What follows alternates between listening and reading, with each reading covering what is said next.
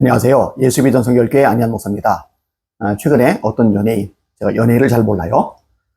그래서 이제 들었는데 까먹었어요. 그 연예인이 뭐 기독교인 되고 어쩌고저쩌고 했었는데 불교로 가고 불교 쪽에서 상을 받았다. 이런 기사를 보면서요. 예전 이야기를 나눴던 것들이 생각이 났어요. 무슨 얘기냐면요. 연예인들이 기독교인이 됐다. 그럼 이제 반응을 보여요. 또 교회에서 간증 강사로 초청을 해요. 그 강사비도 참 어마어마하더라고요. 목사님들이 오셔서 설교할 때, 또 선교사님들이 오셔서 선교 간증 나눌 때 그렇게 강사비 많이 안 주거든요. 근데 연예인이란 이유로 엄청난 강사비를 주더라고요. 저는 그런 거 별로 바람직하지 않다고 생각을 했어요. 그리고 유명 인사건 말건 정말 예수 믿었다면은, 진짜 그리스도인이 되었다면은 삶의 변화가 있어야 되죠. 성령의 열매가 맺어져야 되겠죠. 이런 것들이 없는데, 일종의 쇼일 수 있는데, 그런 사람들을 강단에 세우는 거 정말로 바람직하지 않다고 생각이 되줍니다.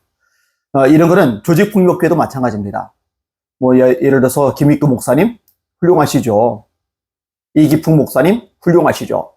깡패였었지만은 정말 예수님 만났잖아요. 그리고 삶의 흔적 속에서 변화를 드러냈잖아요. 성령 열매들을 맺었잖아요. 이러면 돼요. 근데 이런 것들이 제대로 갖춰지지 않은 상태에서 예수 믿었다. 어떤 쇼를 보고서 야 변화됐다. 이래서 강단에 세우고 또 교회에서 띄워주고 이러면 이제 문제가 발생할 수밖에 없는 거죠. 이런 생각을 할 때 제일 먼저 떠오르는 인물이 조양은이라는 사람입니다. 양은이파 보수죠. 이 사람이 대단하더라고요. 고등학교 때 조직을 만들었더라고요. 광주 시내의 조폭과 싸움도 벌였던 사람이 조양은 씨더라고요. 1960년 후반에는 자신을 따르는 후배들과 함께 화신 8인조라는 조직을 만들어서 서울로 상경을 했더라고요. 대단하죠. 그 다음에 1978년 정식으로 양은이파를 출범시킵니다. 이게 전국의 3대 조직폭력배 중에 하나라고 합니다. 1980년에 광주로 갔다가 신군부에 체포되어서 재판을 받고 15년간 수감 생활을 합니다. 순천교도소로 이감됐을 때 난동을 배후 조종했던 인물이기도 합니다. 그 다음에 부활을 통해서 여전히 끔찍한 일을 계속 저질렀던 사람. 감옥에 갇혀도 똑같은 거죠. 부활 통해서 죄를 계속 지었으니까는요. 이게 조양은 씨입니다. 그리고 수감 중이던 1994년 통역사였던 김소용 씨하고 옥중 연애를 합니다. 그리고 출소한 다음에 결혼을 해요. 여기에 95년도 3월입니다. 이때 결혼식을 어디서 했느냐? 여의도 순복교에서 했고요. 주례를 누가 있느냐? 조용계 목사님께서 하셨고요. 국회의원들을 포함해서 정말 사회 저명 인사들이 많이 축하를 해 주었더라고요. 그러니 언론에서도 난리가 났었죠. 그런데요, 이때도 참 웃기는 일이 있는데, 이 조양은 씨의 장모가요, 속은 거죠. 이 조양은 씨가 전두환에게 찍혀서 억울하게 감옥살이를 했다. 민주화 투사다. 그래가지고 조폭인 줄 모르고 민주화 투사인 줄 알고 자기의 딸하고 결혼을 하게 해줬던 겁니다. 1995년 4월 출소한 지 한 달 만에 중국의 한 조폭을 통해 임페타민 10kg 밀수하려다가 실패를 했고요. 1996년 8월에는 터키 땅 업소에 임대를 놓겠다고 1억 원 가로챈 혐의로 다시 구속이 됩니다. 2001년도 200억 원 규모의 해외 원정 도박으로 체포돼서 다시 2년형 감옥살이를 합니다. 2003년에는 음주운전 적발, 2005년 10월에 역상동 유흥업소에서 사람을 재떨이로 폭행해서 1년 감옥살이 끝없이 이어져요. 그런데 이런 사람을 강단이 자꾸 세웠단 말이죠. 열매도 없는데, 삶의 변화도 없는데. 이렇게 되면은 안 되는 거예요. 2010년도에 가짜 채권 가지고 100억대 대출 사기, 2011년도에 1억 원 갈취한 혐의로 경찰 조사, 2011년 5월에는 트로트 가수를 협박한 혐의로 경찰 조사 시작되자 필리핀으로 도주. 이 필리핀 도전 조양은 씨를 체포하기 위해서 필리핀 경찰 특공대, 유엔 마약 범죄 수사국 등 3대 인원이, 버스 3대 인원이 투입이 됐다고 합니다. 그리고 도피 중에 필리핀 카지노에서 검거가 되었고요.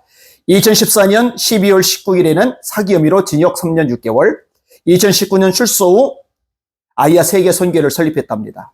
그 다음에 에티오피아로 선교 활동도 가고, 그 전에 신학도 공부하고, 목사도 되고. 근데요, 이렇게 되니까 목사라는 말이 도매금으로 넘어가게 되는 거예요. 선교사라는 호칭이 도매금으로 물어지게 되는 거예요. 이게 변화된 게 아니잖아요, 그죠? 자, 2020년도에 선교사로 나갔었다고 그랬는데 2023년도 6월에 억대 사기범의 도피를 도우라고 지인에게 지시한 혐의로 또 입건. 그러니까 변화된 게 아니라는 거죠. 열매가 없어요. 그들의 열매로 그들을 알지니 좋은 열매 맺는 나쁜 나무 없고 나쁜 열매 맺는 좋은 나무 없느니라. 예수님이 하신 말씀이거든요. 아까도 말했듯이요. 연예인들 자꾸 세울 필요 없어요. 조폭인데 변화되었다. 자꾸 강단에 세울 필요 없어요. 삶을 통해 검증된 사람, 이런 사람들만 세워야 됩니다. 이 조양원 씨는요, 예수님 자랑에 관심이 없어요. 자기 비와 자기 과시에만 관심이 많은 사람입니다. 이 사람 1995년 6월에 자서전 냈죠. 어둠 속에 솟구치는 불빛, 3권짜리예요. 1996년에 자기를 비유한 영화 보스를 만들었죠. 본인이 또 주인공으로 출연을 했어요. 그 다음에 2003년에는 자신의 일대기를 모은 만화 조양원의 회상을 출판을 했어요. 학창시절의 폭력행위나 비행행위를 우정으로 미화시켰었죠. 이렇게 자기 과시욕에 빠진 사람, 자기 미화에만 관심 있는 사람. 저는요, 예수님 믿고 정말 변화되는 것 부정하지 않아요. 아까도 말했잖아요. 김익근 목사님, 훌륭하시잖아요. 이기풍 목사님, 제주도에 말씀 전하러 가서 큰 역사 이뤘잖아요. 훌륭하시잖아요. 얼마든지 가능하다고 생각을 해요. 그런데 삶이 있어야죠. 열매가 있어야죠. 아무나 강단에 세우는 거 정말 또 조심해야 한다고 생각을 합니다. 연예인 못지않게, 조폭 못지않게 조심해서 세워야 될 대상, 정치인이죠. 그것도 잘못된 사상, 이념을 가진 정치를 강단에 세우는 거, 이거는 정말 위험한 일입니다. 최근 한 대형교회가 이 일 때문에 곤욕을 치르고 있죠. 조심해야 될 필요가 있다고 생각이 되십니다. 강단에서는 하나님의 말씀만이 제대로 선포되어야 됩니다. 또 복음전도, 선교사역과 관련된 것들만이 선포가 되어야 됩니다. 하나님 나라를 위해서 일하고 헌신하는 사람들의 메시지만이 전파되어야 됩니다. 거룩한 강단을 더럽히지 않기를 소망합니다. 지금 미국에 와 있고요. 말씀을 전하고 궁의를 인도를 해야 되는데 성령께서 역사하시도록 기도 많이 해주시기를 바랍니다. 날마다 주님 바라보고 주님의 이름으로 전진하며 승리합시다. 할렐루야.